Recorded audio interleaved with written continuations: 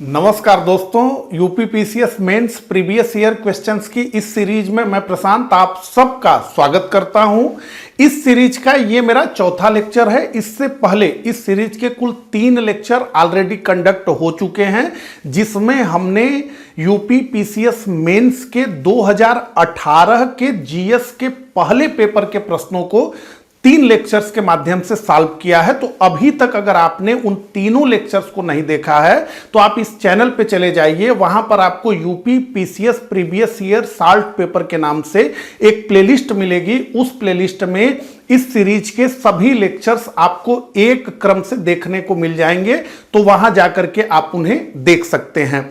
अगर आप इस चैनल पे नए हैं तो आपको मैं बताना चाहूंगा कि हम लोग UP PCS previous year questions की एक सीरीज चला रहे हैं, जिसमें हम 2018 से लेके 2024 के दौरान जो यूपी पीसीएस मेंस के 7 पेपर हुए हैं उन्हें एक क्रम से डिस्कस कर रहे हैं। अब जो लोग आगामी यूपी पीसीएस मेंस का उत्तर लिखने जा रहे हैं, यानी जिन्होंने प्रीलिम्स को क्वालिफाई कर लिया है या भविष्य में वो उत्तर लेखन करेंगे और वो अभी सीखना चाहते हैं, उनके लिए ये सीरीज बेहद उपयोगी है।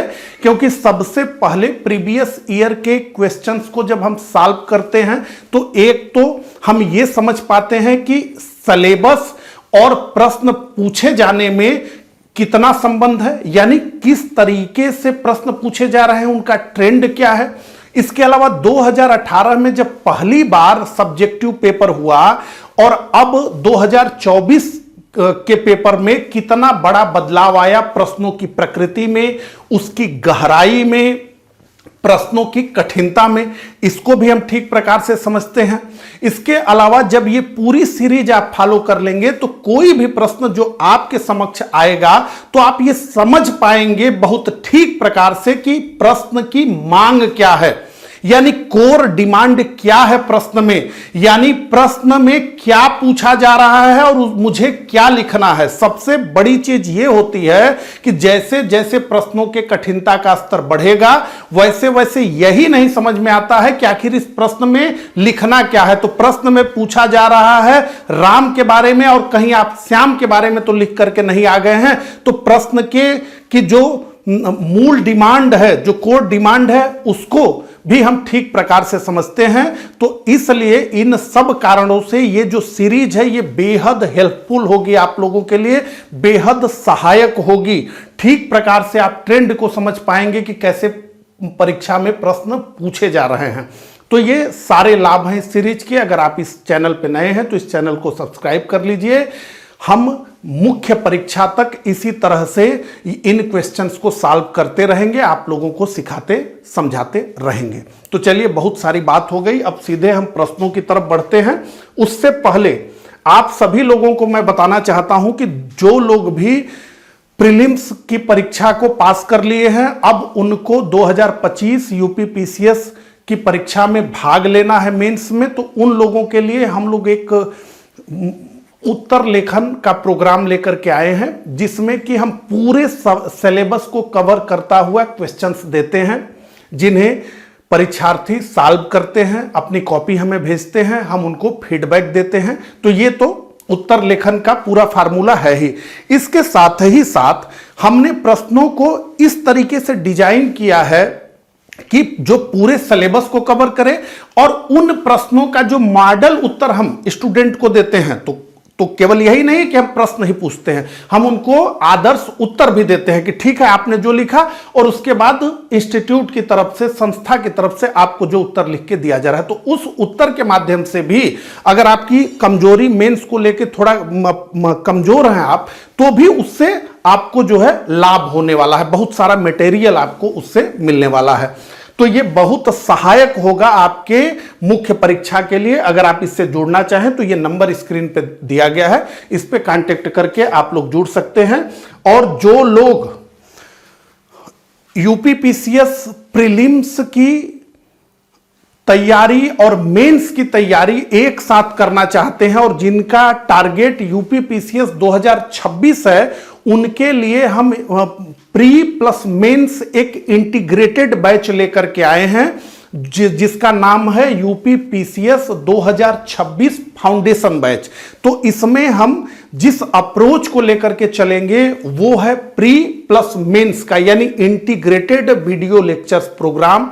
इसके अलावा इसमें आपको बहुत डिटेल्ड विस्तार से लिखी हुई बाइलिंगुअल यानी हिंदी और इंग्लिश में हम नोट्स प्रोवाइड करते हैं। टेलीग्राम पे टेस्ट लिया जाता है, करेंट अफेयर्स के टेस्ट होते हैं, प्रीलिम्स के पहले प्रीलिम्स के लिए टेस्ट सीरीज हम देते हैं। इसके अलावा सी सेट का भी इसमें जो है पूरा प्रोग्राम समाहित है। तो कुल मिलाकर के अगर आपको 2026 के यूपीपीसीएस की परीक्षा की तैयारी करनी है तो आपको आपकी आवश्यकता की सारी चीजें एक ही छतरी के नीचे उपलब्ध हो जाएगी, यानी एक ही छत के नीचे आपको सारी चीजें मिल जाएंगी, आपको कहीं इधर उधर भटकना नहीं होगा। तो अगर आप इस कोर्स से जुड़ना चाहते हैं तो यह नंबर दिया गया है स्क्रीन पे, आप इस पर व्हाट्सएप या कॉल करके बात कर सकते हैं। तो अब ये तो बात हो गई, अब हम सीधे प्रश्नों पर आते हैं।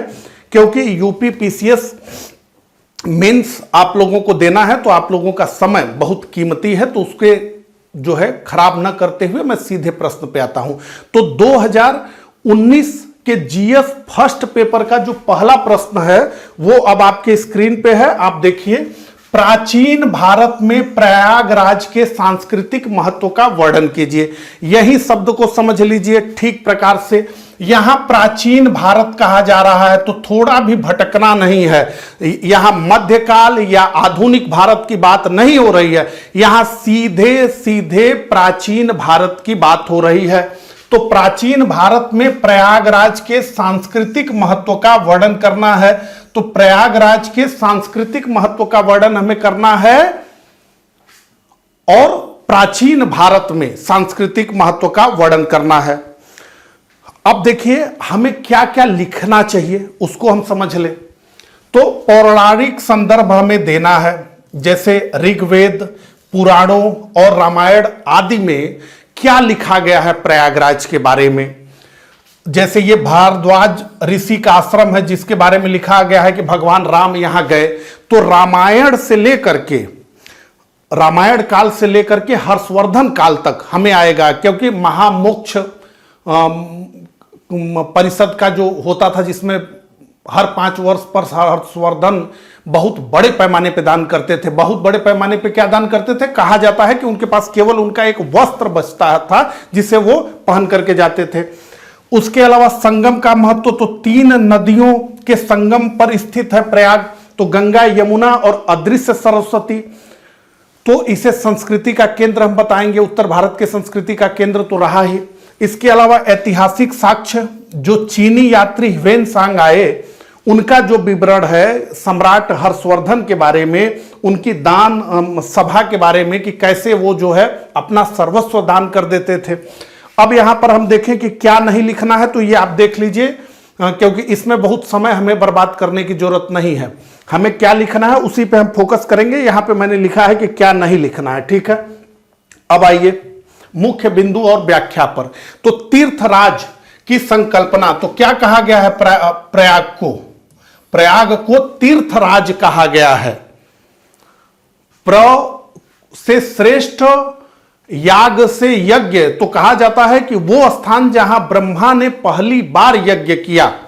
तो प्रयागराज को क्या कहा जाता है? तीर्थों का मतलब सभी तीर्थों का राजा, यानी तीर्थराज कहा गया है प्रयाग को, ठीक है।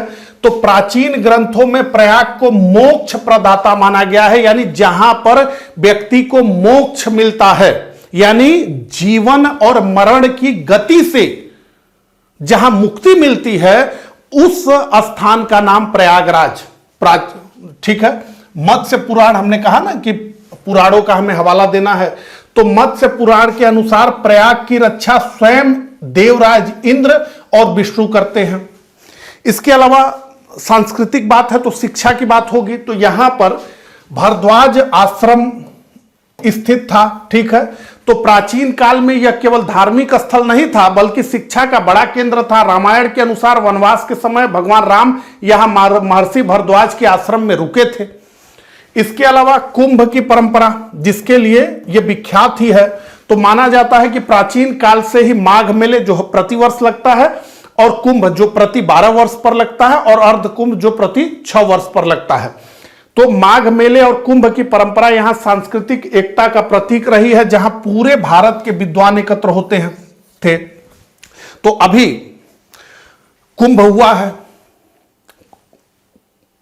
पिछले साल बीता है, देखिए पूरा भारत जैसे उमड़ पड़ा था। तो कुंभ के बारे में तो यह है कि कुंभ ऐसा स्थान था, मतलब आधुनिक भारत में भी जब संसाधन इतने नहीं विकसित थे तो कहा जाता था कि कुंभ में हजारों लोग बिछड़ जाते थे और ऐसे सैकड़ों लोग मिल जाते थे। मिलने का क्या सेंस है कि कोई बिछड़ा व्यक्ति है तो वो भी कुंभ में आया, और जिस परिवार से वो बिछड़ा है वो परिवार भी कुंभ में आया है, तो वहां मिलन भी हो जाता था। इस तरह की स्थिति, ठीक है। इसके अलावा हर्षवर्धन का दान महोत्सव, तो 7वीं शताब्दी में सम्राट हर्षवर्धन हर 5 साल पे यहां महामोक्ष परिषद, ध्यान से, महामोक्ष परिषद का आयोजन करते थे, जहां वे अपना सर्वस्व दान कर देते थे। तो इसका भी क्या, मोक्ष परिषद यानी मोक्ष मतलब जीवन और मरण के चक्र से छुटकारा है ना। हिंदू धर्म में यह मान्यता है ना कि अगला जन्म होता है, जिस तरह से मनुष्य कर्म करता है उस तरीके से उस योनि में उसका जन्म होता है। तो हर हिंदू की अंतिम अभिलाषा क्या है, मोक्ष की प्राप्ति। तो ये मोक्ष जो परिषद के नाम से आयोजन होता था, जिसमें सर्वस्व अपना दान कर देते थे महाराजा हर्षवर्धन, तो उसका भी एक सांस्कृतिक महत्व यह था कि हमने जो है सांसारिक जो व्यवस्थाएं हैं उससे हम परे चले गए हैं। तो एक कपड़ा पहन करके ये वापस आते थे, ठीक है। ह्वेनसांग ने इसका जिक्र किया है। इसके अलावा सांस्कृतिक संगम, यहां उत्तर भारत की विभिन्न विचारधाराओं का मिलन होता था, जिसने वसुधैव कुटुंबकम की भावना को पुख्ता किया। तो ये सारी चीजें हमें लिखनी है।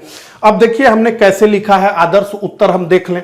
उससे पहले जो है आप ये स्क्रीनशॉट ले सकते हैं, इसमें थोड़ा सा सारी बातें जो हमने कही है उसको थोड़ा सा छोटे में करके और जो है इमेज के माध्यम से ये प्रस्तुति की गई है, ठीक है। अब आइए आदर्श उत्तर के तरफ। तो प्राचीन काल से ही प्रयागराज को तीर्थराज के रूप में भारतीय संस्कृति का हृदय स्थल माना गया, यानी ये तीर्थों में राजा है। गंगा, यमुना और अदृश्य सरस्वती के पवित्र संगम पर स्थित यह स्थान आध्यात्मिक, शैक्षणिक और राजनीतिक एकता का केंद्र रहा है। तो शैक्षणिक का हमने भारद्वाज आश्रम की बात की ही, आध्यात्मिक जो है आप देख ही रहे कि मत्स्य पुराण में क्या लिखा हुआ है, ठीक है। तो प्रमुख सांस्कृतिक महत्व क्या रहा प्रयागराज का, यही प्रश्न था। अब उसे ही हमें बताना है, हमने प्रस्तावना लिख दी है, लेकिन अब प्रश्न तो यही था ना कि प्राचीन भारत में प्रयागराज का प्रमुख सांस्कृतिक महत्व क्या था। तो अब आइए देखें। तो ऋग्वेद और पुराणों में संगम स्नान के महत्व का वर्णन है। रामायण काल में भारद्वाज आश्रम यहां प्रमुख सांस्कृतिक एवं शिक्षा का केंद्र था, जहां भगवान राम ने महर्षि से आशीर्वाद प्राप्त किया था। इसके अलावा कुंभ एवं माघ मेला, तो प्राचीन काल से ही प्रयाग में कुंभ के आयोजन ने भारतीय जनमानस को भाषाई और क्षेत्रीय सीमाओं से परे एक सूत्र में पिरोने का कार्य किया। पिछले वर्ष जब कुंभ लगा तो कहा कि सब लोग हिंदू हो गए, करोड़ों करोड़ों लोग जो है स्नान करने गए। आप लोगों ने साक्षात अपनी आंखों से देखा ना कि कैसे जातियों का बंधन टूट गया और सब लोग जो है हम हिंदू हैं, और इतने वर्षों के बाद ये कुंभ लग रहा है, इसमें हम स्नान कर लें प्रयागराज में। इसके लिए पूरा देश जो है व्याकुल हो गया, कितने लंबे लंबे जाम लगने लगे। तो ये तो आपने देखा ही है कि भाषाई और क्षेत्रीय सीमाओं से परे एक सूत्र में पिरोने का कार्य किया कुंभ ने। इसके अलावा ऐतिहासिक साक्ष्य, चीनी यात्री ह्वेनसांग ने सम्राट हर्षवर्धन द्वारा आयोजित महामोक्ष परिषद का जीवंत वर्णन किया है, विस्तार में लिखा है। यहां तक लिखा है कि अंत में फिर उनकी बहन कपड़ा देती थी तो फिर उसको पहन करके वो जाते थे, सब दान कर देते थे। तो उसी का कैसे जो है प्रयोग किया गया है। दान तो कर रहे हैं सम्राट हर्षवर्धन, लेकिन अब इस धरती से जोड़ करके उसको हमें कैसे लिखना है, देखिए, जो प्रयाग की त्याग और दान की संस्कृति को दर्शाता है। अब निष्कर्ष में हम क्या लिखें, उससे पहले सांस्कृतिक समन्वय, प्रयाग प्रशस्ति जैसे अभिलेख से इसकी राजनीतिक और सांस्कृतिक महत्ता की पुष्टि होती है। और निष्कर्ष में संक्षेप में, प्राचीन प्रयागराज केवल एक भौगोलिक स्थल नहीं बल्कि भारतीय धर्म, दर्शन और ज्ञान परंपरा का संगम था जो आज भी अटूट बना हुआ है। तो हमने इसको एकदम सीधे वर्तमान काल से जोड़ दिया, हमने इसको एकदम वर्तमान काल से जोड़ दिया। 2-4 शब्दों में हमने क्या लिखा कि प्रयागराज केवल एक भौगोलिक स्थल नहीं बल्कि भारतीय धर्म, दर्शन और ज्ञान परंपरा का संगम था जो आज भी अटूट बना हुआ है। ठीक है, तो हमने अपने उत्तर को प्राचीन भारत पे ही फोकस रखा, लेकिन अंत में निष्कर्ष में हमने जो है आधुनिक भारत से इसको जोड़ दिया, यानी वर्तमान से। ठीक है, इतनी बात हो गई। अब आइए दूसरा प्रश्न आ गया। 600 से 300 ईसा पूर्व में मानव के सामाजिक आर्थिक विकास में लौह खनिज की भूमिका का वर्णन कीजिए। तो describe the role of iron minerals in socio economic development of human being during 600 to 300 BC। तो यह प्रश्न है। अब समझिए हमको क्या लिखना है इस प्रश्न के उत्तर में। तो प्रश्न में यही पूछा जा रहा है, मानव के सामाजिक, और एक कालखंड हमें दिया गया है 600 से लेकर 300 ईसा पूर्व में मानव के सामाजिक आर्थिक विकास में लौह खनिज की भूमिका का हमें वर्णन करना है। तो तकनीकी शब्दों का प्रयोग जो हम करेंगे तो हम क्या कहेंगे, लौह युगीन क्रांति। ये शब्द बहुत प्रचलित है। दूसरा शब्द जो प्रयोग होगा, द्वितीय नगरीकरण। द्वितीय नगरीकरण हम कहेंगे इसको। तो एक पूरा ये जो है क्रम है, लोहा आया तो बहुत तेजी से जो है जंगल साफ हुए, जंगल साफ हुए तो लोहा चूंकि सख्त रहा तो मिट्टी की अच्छी तरीके से जुताई हुई। जब मिट्टी की अच्छी तरीके से जुताई हुई तो फसल भी अच्छी हुई। जब फसल अच्छी हुई तो अधिशेष हुआ, और फिर जब अधिशेष हुआ तो फिर व्यापार बढ़ा। जब व्यापार बढ़ा तो फिर नगरों का उदय हुआ। पूरा ये क्रम है, उसको हम समझेंगे। कृषि पर प्रभाव, लोहे के फाल का जिक्र जरूर करना है हमें।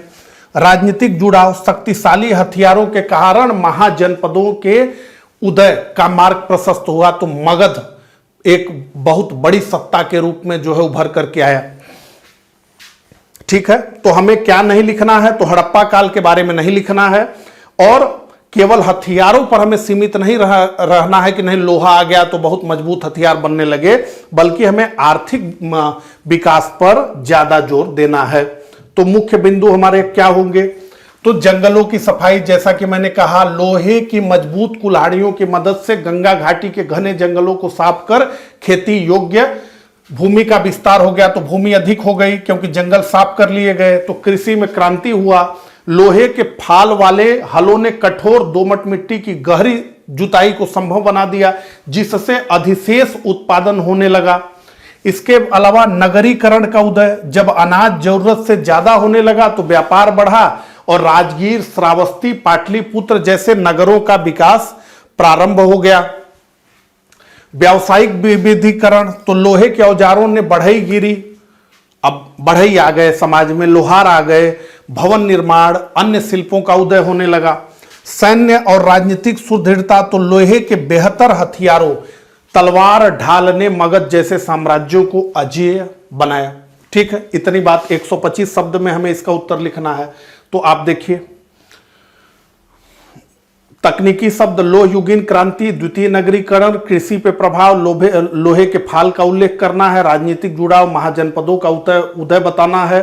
देखिए, जंगलों की सफाई बड़ी तेजी से हुई कुल्हाड़ी से, और जुताई भी हुआ उन खेतों का अच्छे से, तो कृषि में अधिशेष हो गया, सरप्लस एग्रीकल्चर हो गया, तो नगरीकरण का उदय हुआ। ठीक है, ये सब चित्र के माध्यम से समझाया गया है।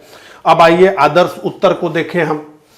तो सबसे पहले प्रस्तावना को देखते हैं। मैंने एक बार पहले भी बताया है, अब भी बता रहा हूं आप लोगों को कि देखिए, ये जरूरी नहीं है कि एग्जामिनर आपके पूरे उत्तर को पढ़े ही पढ़े, इसलिए प्रस्तावना और निष्कर्ष तो बहुत अच्छा होना ही चाहिए। मैं ये नहीं कह रहा हूं कि मैं आपको कह रहा हूं कि आप मुख्य भाग में कुछ भी लिख दीजिए, ऐसा मैं नहीं कह रहा हूं, लेकिन मैं बता रहा हूं कि इसकी भी संभावना हो सकती है कि एग्जामिनर केवल प्रस्तावना को पढ़े और उसके बाद निष्कर्ष को पढ़े और वो समझ ले कि आप कितने पानी में हैं। इसलिए प्रस्तावना तो बहुत सोच समझ कर लिखा जाना चाहिए और निष्कर्ष भी, क्योंकि सबसे ज्यादा चांस होता है कि इसको तो एग्जामिनर पढ़ेगा ही।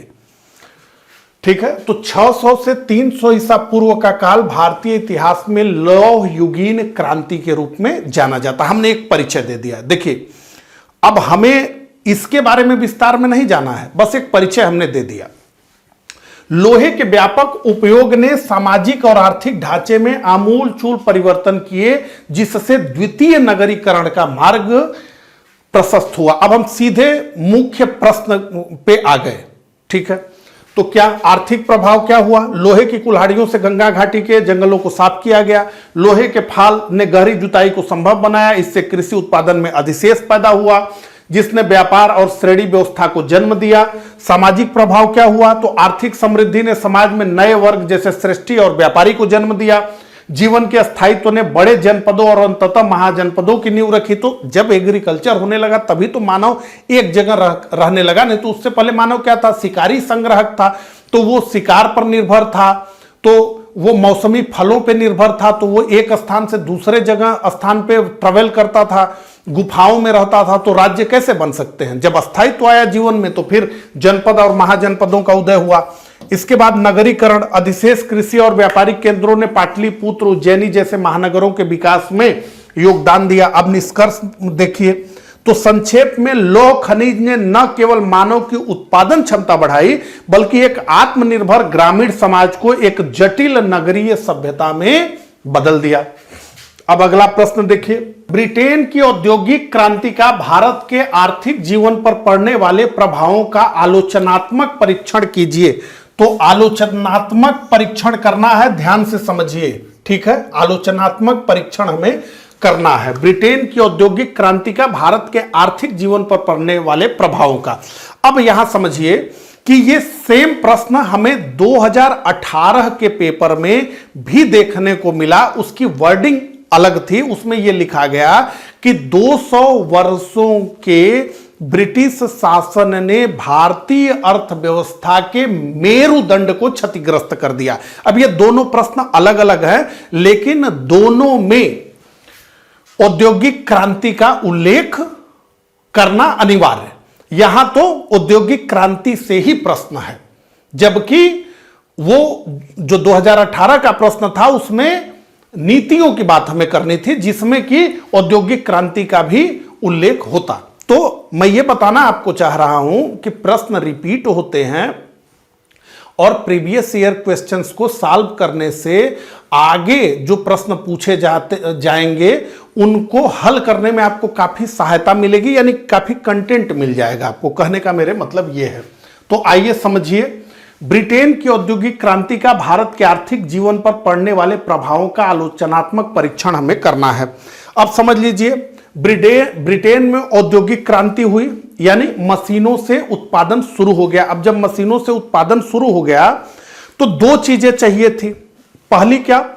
तो पहला, उन मशीनों को चलाने के लिए कच्चा माल चाहिए और उन मशीनों से तैयार हुए पके पकाए माल के लिए बाजार चाहिए। तो कच्चे माल के लिए भारत का जो उपनिवेश था वो काम आया, और फिर उस कच्चे माल से, उस रॉ मटेरियल से जो फिनिश्ड गुड्स बना उसको बेचने का स्थान भी भारत ही बना। तो कहने का मतलब यह है कि इस औद्योगिक क्रांति के बलि का बकरा निश्चित रूप से भारत बन गया। तो यह ध्यान में रखिए। तो अनौद्योगिकरण भारत में क्या क्या हुआ? तो डी इंडस्ट्रियलाइजेशन हुआ। इस शब्द का प्रयोग अनिवार्य रूप से करना है हमें। उत्तर में अनौद्योगिकरण इसका प्रयोग जरूर करना है। इसके अलावा व्यापारिक ढांचा, तो हमें बताना है कि कैसे भारत फिनिश्ड गुड्स के बजाय कच्चे माल का निर्यातक बन गया। तो वो भारत जिसके मलमल की पूरे दुनिया में, ढाका के मलमल की पूरे दुनिया में डिमांड थी कि रोम से लेकर के लंदन तक भारतीय मलमल की धूम थी। भारत क्या था? भारत विश्व के कपड़ों का कारखाना कहा जाता था। वो भारत क्या बन गया? वो भारत रुई का उत्पादक बन गया। मैंने आपको उस प्रश्न में बताया था कि भारत मलमल से टाट तक की उसकी यात्रा हो गई, यानी मलमल से जूट, यानी शाही कपड़ों से वो गिर करके एक बोरा बनाने वाला देश हो गया। तो दिखाएं कि कैसे भारत फिनिश्ड गुड्स के बजाय कच्चे माल का निर्यातक बना। और ग्रामीणीकरण, यहां हमें बताना है कि शहर जब बर्बाद हुए तो लोग खेती की तरफ कैसे भागे, यानी जो दस्तकारी थी, जो कुटीर उद्योग थे, वो जब बर्बाद हुए तो वहां के लोग भी गांवों में भागे। उन्होंने भी कृषि को अपना आधार बनाना चाहा। ठीक है, क्या नहीं लिखना है? तो औद्योगिक क्रांति के आविष्कारों पर हमें नहीं लिखना है। केवल गरीबी शब्द का प्रयोग नहीं करना है। आर्थिक ढांचे में क्या बदलाव हुआ वो हमें बताना है। आइए देखें क्या क्या लिखना है। तो हस्तशिल्प का पतन, तो ब्रिटेन के कारखानों में बना सस्ता कपड़ा भारत के हाथ से बने महंगे कपड़े पर भारी पड़ गया। तो मशीनों से कपड़ा बन रहा है तो सस्ता पड़ेगा। तो क्या हुआ? ढाका और मुर्शिदाबाद जैसे समृद्ध औद्योगिक शहर इससे क्या हुए? उजड़ गए। इसके अलावा एक तरफा मुक्त व्यापार, ये सारी चीजें मैंने बताई आपको उस पिछले प्रश्न में कि भारतीय माल पर जो थोड़ा बहुत निर्यात हो रहा था ब्रिटिश भारत में ब्रिटेन को, वहां पर भारी टैरिफ लगाया जाता था। इसलिए भारतीय वस्तुएं लंदन के बाजारों में महंगी हो जाती थी, और जबकि जो ब्रिटेन से वस्तुएं आती थी, एक तो वो मशीनों से तैयार होती थी तो वैसे ही सस्ती थी। इसके अलावा भारत का ही कच्चा माल उसमें उपयोग होता था, जो कि औने पौने दाम पे खरीदा जाता था, तो लागत बहुत कम होती थी। और फिर जब वो कपड़ा बन करके भारत में आता था तो वो बहुत सस्ता होता था, उस पर टैरिफ भी नहीं लगती थी। इसके अलावा 1813 का चार्टर्ड, हम सबने पढ़ा है कि 1813 के चार्टर्ड में चाय व्यापार और चीन व्यापार को छोड़ करके ब्रिटिश ईस्ट इंडिया कंपनी के मोनोपोली, व्यापारिक एकाधिकार को, ट्रेड मोनोपोली को तोड़ दिया गया। तो बहुत सारी और कंपनियां ब्रिटेन की भारत में कूद पड़ी। ठीक है, तो कृषि पर अतिरिक्त बोझ बढ़ा। क्यों बढ़ा? जब कारीगरों का काम छिन गया तो वे गांवों की ओर लौटे, इससे जमीन पर दबाव बढ़ा और गरीबी बढ़ गई।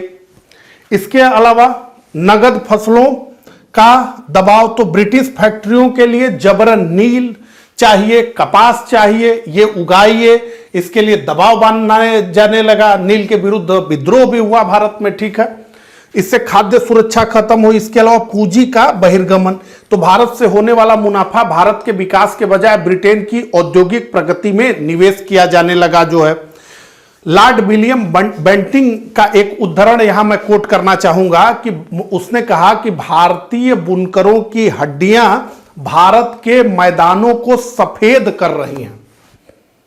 समझ लीजिए कि मतलब उनका रोजगार पूरी तरह से छिन गया है। अब वो जो है वो भूखमरी का शिकार हो गए हैं और वो जो है मर रहे हैं। अब उनकी हड्डियां जो है दिख रही हैं। तो जो भारत, इसको ऐसे कनेक्ट करिए कि जो भारत दुनिया को मलमल पहनाता था, अब विलियम बेंटिक के कथन को मैं शब्दशः यहां पे प्रयोग कर रहा हूं। शब्दशः का मतलब वो हड्डियां कह रहा, तो इसका मतलब यह है कि उनको कफन भी नहीं मिला, नहीं तो किसी का दाह संस्कार होगा ना, ऐसे तो लाश छोड़ी नहीं जाएगी। तो वहां से मैं शब्दशः मतलब जो भारत दुनिया को मलमल पहनाता था, जो भारत दुनिया का फैक्ट्री था, उन्हीं भारतीयों को अब कफन भी ना नसीब होने की स्थिति हो गई कि भाई कफन कहां से आएगा खरीद के, तो ऐसे ही छोड़ दिए गए। ठीक है, ये बात जो है। अब चलिए जो है हम उत्तर को देखते हैं, आदर्श उत्तर। तो 18वीं शताब्दी के उत्तरार्ध में ब्रिटेन में हुई औद्योगिक क्रांति ने भारत को एक स्वतंत्र उत्पादक से बदलकर ब्रिटिश कारखानों के आर्थिक उपग्रह में तब्दील कर दिया। क्या प्रमुख प्रभाव रहा? तो अनौद्योगिकरण, मैंने कहा कि इसको जरूर लिखना है। तो मशीनों से बने सस्ते माल ने भारत के विश्व प्रसिद्ध हस्तशिल्प और वस्त्र उद्योग को नष्ट कर दिया। परिणाम स्वरूप ढाका जैसे शहर उजड़ गए। ढाका बहुत प्रसिद्ध शहर।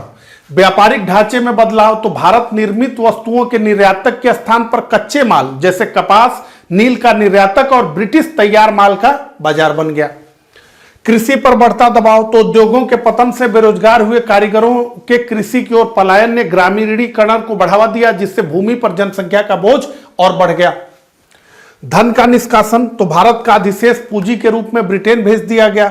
बहिर्गमन का पूरा सिद्धांत पिछले लेक्चर में हमने पढ़ा, जो दादा भाई नौरोजी ने दिया, जिसने वहां की औद्योगिक क्रांति को और अधिक गति दी। अब निष्कर्ष देखिए, आलोचनात्मक रूप से ही हमें परीक्षण करना था, तो हमने उसी शब्द का प्रयोग किया।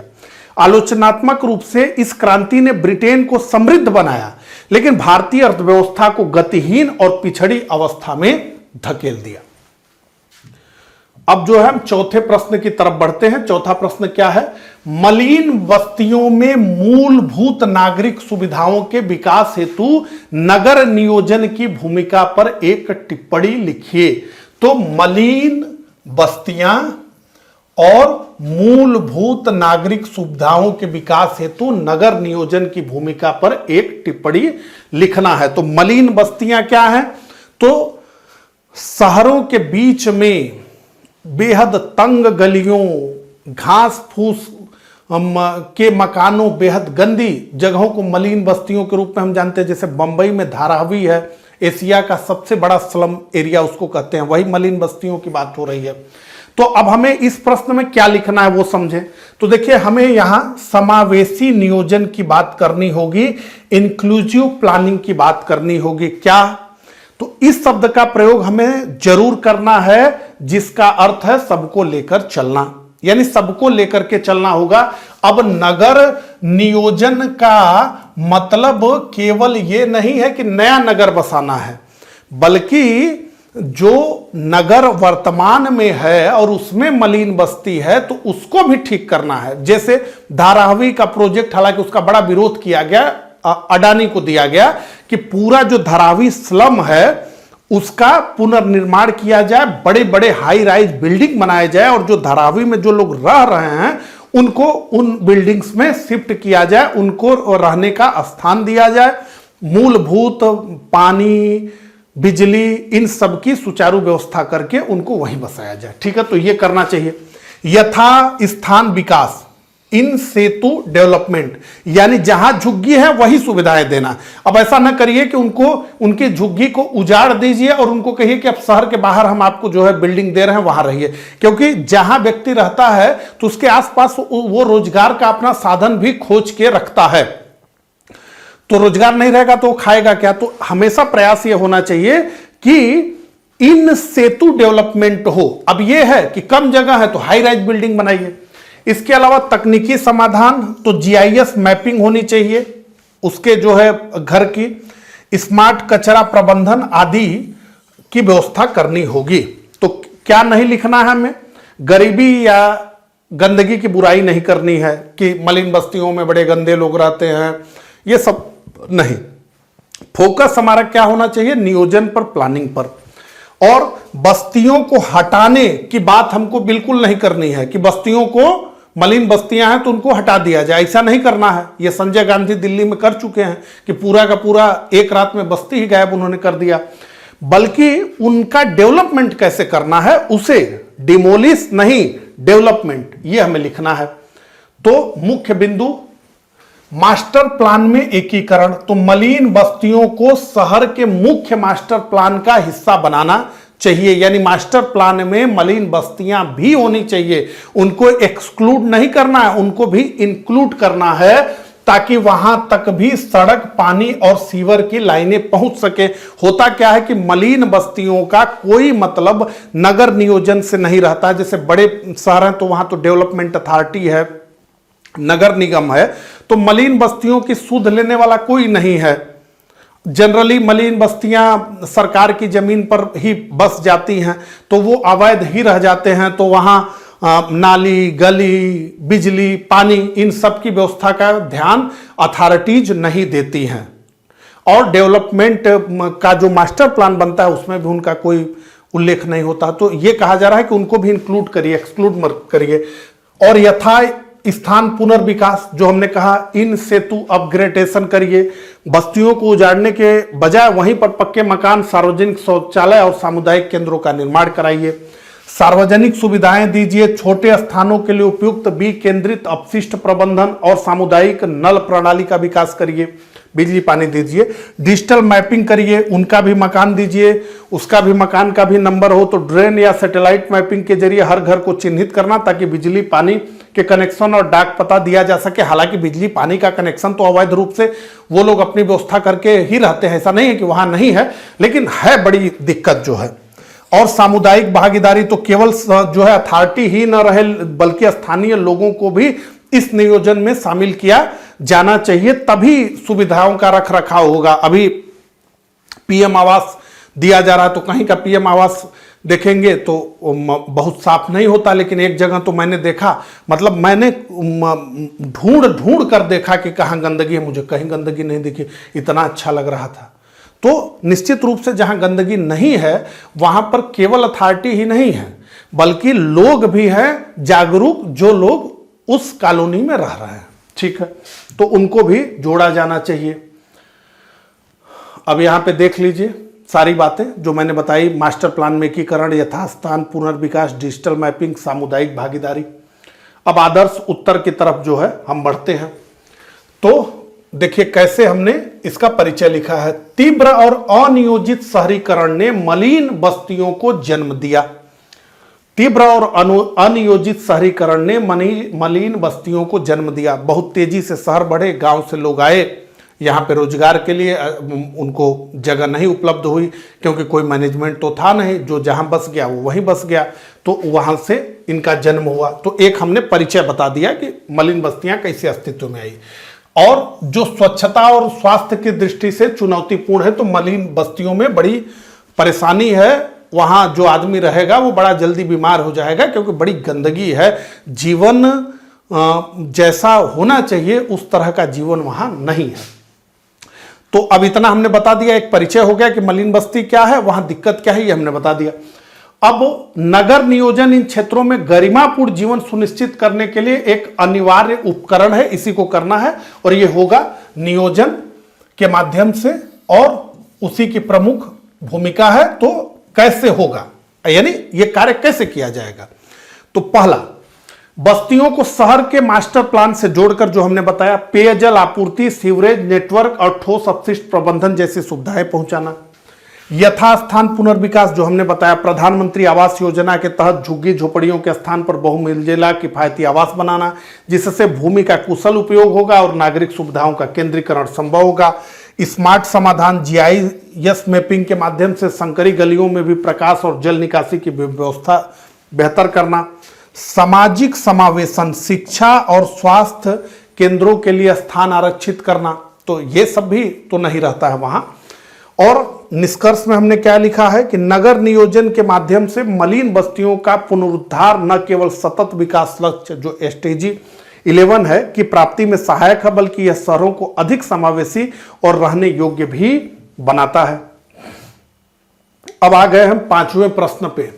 तो उत्तर प्रदेश में जनसंख्या वृद्धि प्रतिरूप, ध्यान से, उत्तर प्रदेश में जनसंख्या वृद्धि प्रतिरूप तथा इसे रोकने में महिलाओं की भूमिका का आकलन कीजिए। तो उत्तर प्रदेश में जनसंख्या वृद्धि प्रतिरूप यह हमें बताना है और इसे रोकने में महिलाओं की क्या भूमिका है उसे हमें बताना है, ठीक है। तो क्या लिखना है? तो तुलनात्मक आंकड़े 2011 की जनगणना और NFHS national family health survey के नवीनतम आंकड़ों का हमें उल्लेख करना है। चूंकि ये 2019 में प्रश्न पूछा गया है, लेकिन जो लेटेस्ट होगा हम उसी का उल्लेख करेंगे, क्योंकि हमारा पढ़ने का केवल ये मतलब तो है नहीं कि हम प्रीवियस ईयर के क्वेश्चंस को सॉल्व कर लें। पढ़ने का हमारे ये भी तो मतलब है कि भाई हमें जो है सारी चीज़ें जो है समझ में आए, जिसका हम लाभ भी आगे उठा सके आगामी परीक्षा में। इसके अलावा महिला सशक्तिकरण, तो शिक्षा, विवाह, आयु और निर्णय लेने की क्षमता को मुख्य कारक के रूप में हमें बताना है। कैसे बताएंगे वो देखिएगा। इसके अलावा आशा कार्यकर्ता जो जमीनी स्तर पर महिलाओं को जाकर के समझा रही हैं परिवार नियोजन के बारे में, उसका भी लाभ हुआ है। आइए देखें तो यूपी की जनसंख्या वृद्धि राष्ट्रीय औसत से अधिक है। राष्ट्रीय औसत TFR जो है वो 2 का माना जा रहा है और यूपी में 2.4 का है, लेकिन इसमें गिरावट दिखी है। क्षेत्रीय भिन्नता भी है, जैसे पश्चिमी यूपी और जो शहरी क्षेत्र हैं वहां ग्रामीण क्षेत्रों की तुलना में कम जनसंख्या वृद्धि देखी जा रही है, और जो संपन्न हैं वहां भी जनसंख्या वृद्धि कम है, और जो लोग अभी गरीब हैं वहां जो है जनसंख्या वृद्धि अभी अधिक है। ठीक है, अब महिलाओं की क्या भूमिका है ध्यान से, तो शिक्षा का प्रभाव। शिक्षित महिलाएं परिवार नियोजन के साधनों के प्रति अधिक जागरूक हैं, तो वो समझ रही हैं कि बहुत लंबा परिवार जो है बनाने से लाभ नहीं होगा। एक ही बच्चा हो, 2 बच्चा हो, लेकिन उसको सारी सुविधाएं मिले। इसके अलावा विवाह की आयु तो हम सब जान रहे हैं, शिक्षा और रोजगार के कारण विवाह की औसत आयु बहुत अधिक बढ़ गई है। 30 वर्ष 32 वर्ष विवाह की आयु हो गई है, जबकि आप जानते हैं कि चाहे वो पुरुष हो और चाहे स्त्री हो, उसका जो संतानोत्पत्ति का चक्र होता है वो तो बहुत पहले ही पूरा हो जाता है। पहले तो 35 साल के बाद, फिर 35 या आप 40 ही कह लीजिए, मतलब ये होता है कि संतान होने में फिर परेशानी होने लगती है। अब आजकल 35 में विवाह ही हो रहा है। तो शिक्षा और रोजगार के कारण विवाह की औसत आयु बढ़ी है, जिससे प्रजनन काल कम हुआ है, तो टाइमिंग कम हुई है। आर्थिक आत्मनिर्भरता, तो कामकाजी महिलाएं परिवार के आकार को लेकर अधिक सजग और स्वतंत्र निर्णय लेती हैं कि नहीं भाई हमारा एक ही बच्चा रहेगा, क्योंकि उनको पता है कि हमें काम भी करना है, बच्चे को भी संभालना है, तो बहुत बड़ी फौज को नहीं संभाल पाएंगे, 1 या 2 को संभाल पाएंगे।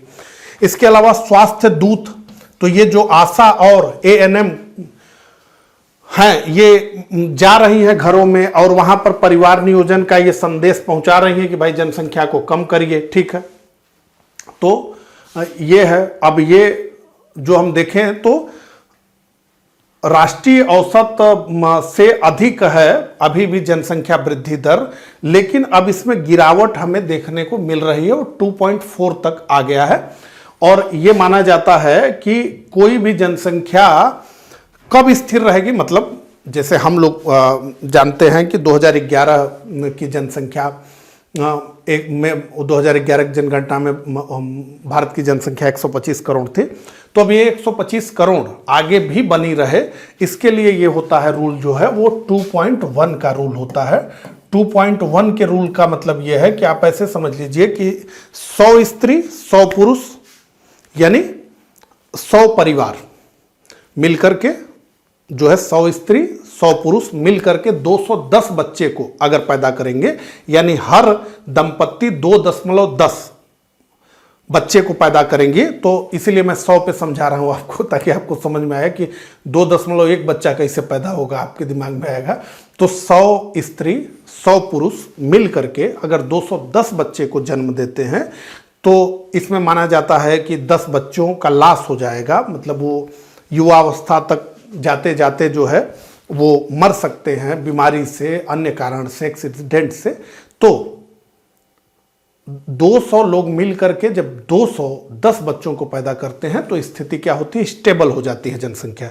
जैसे अमेरिका का, हम लोग छोटे थे तब भी पढ़ते थे कि 35 करोड़ है, आज भी पढ़ते हैं कि 35 करोड़ है या 33 करोड़। ठीक है, तो स्टेबल जनसंख्या होती है। अब पता चल रहा है कि 200 लोग मिल करके 1000 लोगों को पैदा कर रहे हैं, भारत में यही तो हुआ।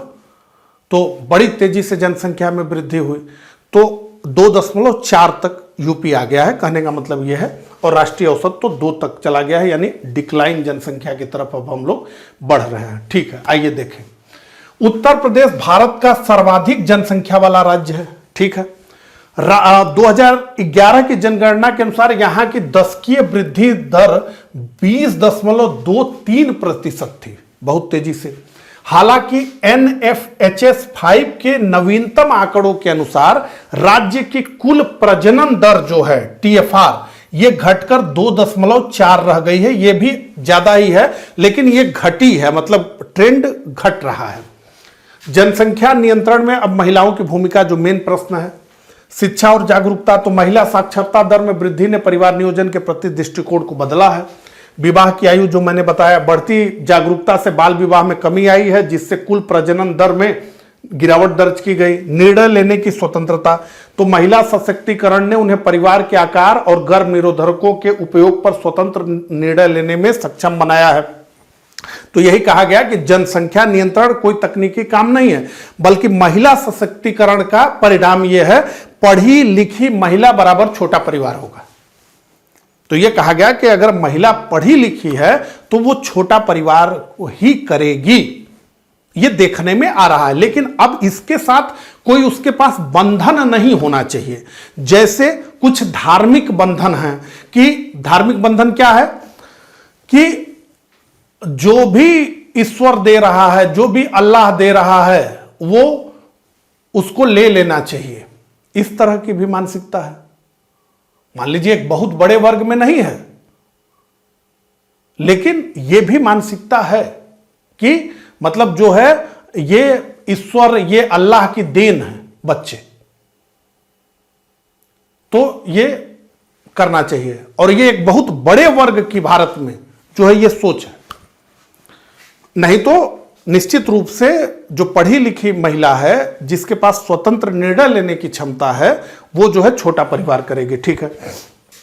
आशा कार्यकर्ता जो हमने बताया, ग्रामीण क्षेत्रों में महिला स्वास्थ्य कार्यकर्ताओं ने प्रेरक की भूमिका निभाते हुए जनसंख्या नियंत्रण को एक जन आंदोलन बनाया। निष्कर्ष, उत्तर प्रदेश में जनसंख्या नियंत्रण का भविष्य महिलाओं की शिक्षा और उनके स्वास्थ्य अधिकारों की मजबूती पर निर्भर करता है। जो प्रश्न पूछा गया था उसी तरह से इसका उत्तर। ठीक है, तो इस लेक्चर में बस इतना ही। मुझे कमेंट करके जरूर बताइएगा कि मेरा ये प्रयास आपको कैसा लगा। मिलता हूं इसी लेक्चर के अगले भाग में। तब तक के लिए आप सभी को नमस्कार, धन्यवाद।